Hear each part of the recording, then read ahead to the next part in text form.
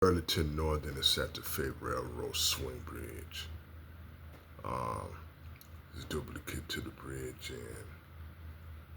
and one Winona, Minnesota. Now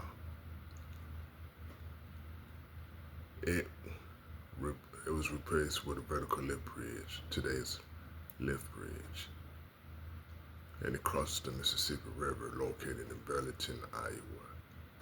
And so uh, the truss band is on the right hand side. And so this bridge right here, right?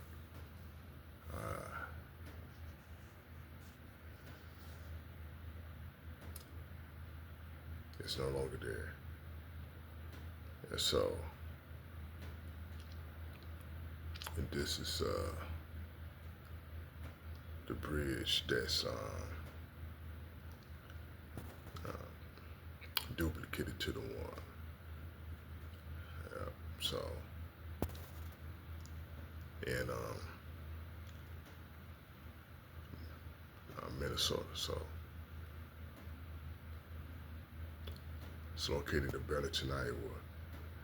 It's now replaced. It's now a vertical lift bridge.